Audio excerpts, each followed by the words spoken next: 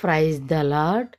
ఈరోజు మన బైబిల్ గ్రంథంలో నుంచి మనం నేర్చుకోబోతున్న పాఠం 10 మంది కన్యకల గురించి. 5 బుద్ధిగల కన్యకలు, 5 బుద్ధి లేని కన్యకలు గురించి ఈరోజు మనం నేర్చుకోబోతున్న అంశం అన్నమాట. ఇది మత్తయి సువార్త 25వ అధ్యాయంలో వీళ్ళ గురించి వివరంగా రాసి ఉందన్నమాట. పరలోకమందు తమ దివిటీలు పట్టుకొని పెండ్లి కుమారుని ఎదుర్కొనుటకై బయలుదేరేరి. 10 మంది కన్యకలు పోలి ఉన్నది. వీరిలో 5 బుద్ధి గల వారు, 5 బుద్ధి లేనివారు. బుద్ధి లేనివారు తమ దివిటీలు పట్టుకొని తమతో కూడా నూనెను తీసుకొని పోలేదు. బుద్ధి గలవారైతే తమ దివిటీలతో కూడా సిద్ధిలలో నూనె తీసుకొని పోయిరి. పెండ్లి కుమారుడు ఆలస్యం చేయగా వీరందరూ కలిసి కూసేపు నిద్రపోతారన్నమాట. నిద్రపోయినప్పుడు అర్ధరాత్రి వేళ ఇదిగో పెండ్లి కుమారుడు అతన్ని ఎదుర్కొని రండి అని ఒక కేక వినపడెను. అప్పుడు ఆ కన్యకలందరూ లేచి తమ దివిటీలను చక్కపరుచుకొని, కానీ బుద్ధి లేని ఆ కన్యకలు, మా దివిటీలు ఆరిపోవుచున్నవి గనుక మీ నూనెలో కొంచెము మాకివ్వుడి అని బుద్ధిగల కన్యకలను అడిగిరి. అందుకు బుద్ధిగల కన్యకలు, మాకును మీకును ఇది చాలదేమో, మీరు అమ్మువారి యొద్దకు పోయి కొనుక్కొని రండి అని చెప్పిరి. వారు కొనబోచుండగా పెండ్లి కుమారుడు వచ్చెను.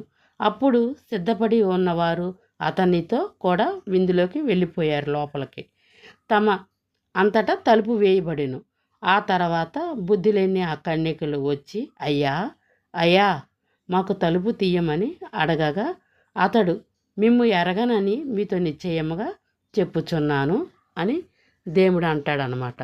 ఇది దేనికి సాదృశ్యంగా ఉన్నది? బుద్ధిగల కన్యకలు 5, బుద్ధి లేని కన్యకలు 5 అనమాట. 5 అయితే తమ దివిటీలు ఎప్పుడు క్లీన్గా ఉంచుకొని పరిశుద్ధాత్మ అనే నూనె కలిగి వారు జీవించి ఉన్నారు. అదే బుద్ధి లేని కన్యకలైతే ఎప్పుడు దేవుడు వస్తాడో తెలియదు కాబట్టి వారు సిద్ధపడి లేరన్నమాట. అంటే వారి పాపములు ఒప్పుకోలేదు, వారు నూతనమైన జీవితం వారు జీవించలేదన్నమాట.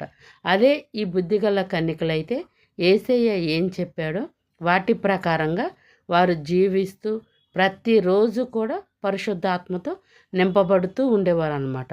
అదే బుద్ధి లేని కన్యకలైతే నిర్లక్ష్యము, అవిశ్వాసము ద్వారా వాళ్ళు జీవిస్తూ ఉండేవాళ్ళు. వీరి యొక్క సారాంశం అన్నమాట. అప్పుడు అయ్యా అయ్యా తలుపు తీయని ఆ బుద్ధి లేని కన్యకలు తలుపు కొడుతూ ఉంటారు కదా. అప్పుడు యేసయ్య అంటాడు, అతడు మిమ్మల్ని ఎరగనని మీతో నిశ్చయముగా నేను చెప్పుచున్నాను. అందుకే ఆ దినమైనను ఆ గడి అయినను మీకు తెలియదు గనక మీరు మెలకువ కలిగి ఉండుడి అని వాక్యం సెలవిస్తుంది అన్నమాట. ఈ బుద్ధిగల కన్యకలైతే ప్రతిరోజు యేసయ్య ఏం చెప్పాడో ఆయన ఆజ్ఞల ప్రకారం ఆ రకంగా వారు సిద్ధపడి జీవిస్తూ ఉండేవారు. వాళ్ళు క్రైస్తవులే, వీరు కూడా క్రైస్తవులే. అయినప్పటికీ ఈ బుద్ధిగల కన్యకలు పరిశుద్ధాత్మని నూనె కలిగి ప్రతిరోజు కూడా దేవుడికి ప్రార్థన చేసుకుంటూ ఆయనకి ఇష్టకరంగా జీవించారనమాట. అదే బుద్ధి లేని కన్యకలైతే కొంచెము వారిలో నిర్లక్ష్యము, అవిశ్వాసము మనం చూస్తున్నాము.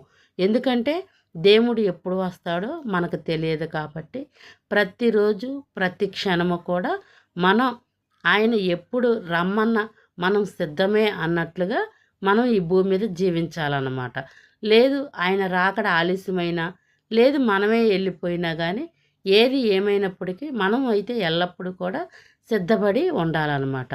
అట్లాగే ఈ బుద్ధిగల కన్యకలైతే ప్రతిరోజు తమ దివిటీలు క్లీన్ చేసుకొని పరిశుద్ధాత్మ నూనెతో నింపుకుంటూ ఉండేవారు. అదే వారైతే ఆ యొక్క క్లీనింగ్ లేకోకుండా, పరిశుద్ధాత్మ అనే నూనె లేకోకుండా వారు ఉన్నారన్నమాట. దీని యొక్క సారాంశము మనకి దీనివల్ల ఏం అర్థమయ్యింది? మనము కూడా ఎల్లప్పుడూ కూడా మనం పరిశుద్ధాత్మతో నింపబడి ప్రార్థించుకుంటూ ఆయనకి ఇష్టకరంగా మనం జీవించాలన్నమాట. మెలకువ కలిగి ప్రార్థించదాం. ఎందుకంటే ఆత్మలో మనం మేల్కొనాలి. ఎప్పుడు దేవుడు వస్తాడో మనకు తెలియదు కాబట్టి ప్రతి క్షణము కూడా ఈరోజే మనదే, రేపు మనది కాదు అన్నమాట. ఎందుకంటే రేపు ఏమి జరుగునో మీకు తెలియదు కాబట్టి ఇదే మిక్కిలి అనుకూలమైన సమయం అని దేవుడి వాక్యం సెలవిస్తుంది కాబట్టి మనం ఈ గడియన సజీవంగా ఉన్నాం కాబట్టి అందుకని మనం ఈరోజే మనదన్నమాట. ఎందుకంటే దేవుడు చెప్పి ఉన్నాడు కదా, ఏనాడు కీడు ఆనాటికి చాలును అని. ఆ విధముగానే మనము ప్రతి క్షణము కూడా ఆయనకి ఇష్టకరంగా మనం జీవించాలి. పరిశుద్ధాత్మ ఆయన ఎప్పుడైతే ఆయనతో మనం సహవాసం చేస్తూ ఉంటామో అప్పుడు ఒక్కొక్కటి మనలో ఉన్న పాపములన్నీ కూడా తొలగిపోతూ ఉంటాయి అన్నమాట. ఎందుకంటే ఆయనతో సహవాసం లేనప్పుడు మన హృదయం గట్టిగా కఠినముగా మారిపోయిద్ది. అదే ఆయనతో ఎల్లప్పుడూ మనం ప్రార్థించుకునేవారిగా, అతనితో మనం మాట్లాడుకునేవారిగా, సహవాసం చేసేవారిగా మనం ఉన్నామనుకో, మన హృదయం అయితే దేవుడు చెప్పి ఉన్నాడు కదా, మీలో రాతి గుండెను తీసివేసి మాంసపు హృదయాన్ని మీకు ఇస్తాను అని. ఆ విధముగానే అట్లాగే మనలో కూడా మాంసపు హృదయం వచ్చిద్దనమాట. అర్థమైందా పిల్లలు? దీని యొక్క సారాంశము, వివరణ. అందుకే దేవుడు వీళ్ళ ఇద్దరిని కూడా మనకు చూపించి ఉన్నాడనమాట. ఎందుకు? మనం ఆ రకంగా జీవించాలి. బుద్ధి గల వారిగా జీవిస్తామా, బుద్ధి లేని వారిగా జీవిస్తామని చాయిస్ మనదే. అర్థమైందా పిల్లలు? God bless you, all of you. God bless you పిల్లలు. God bless you.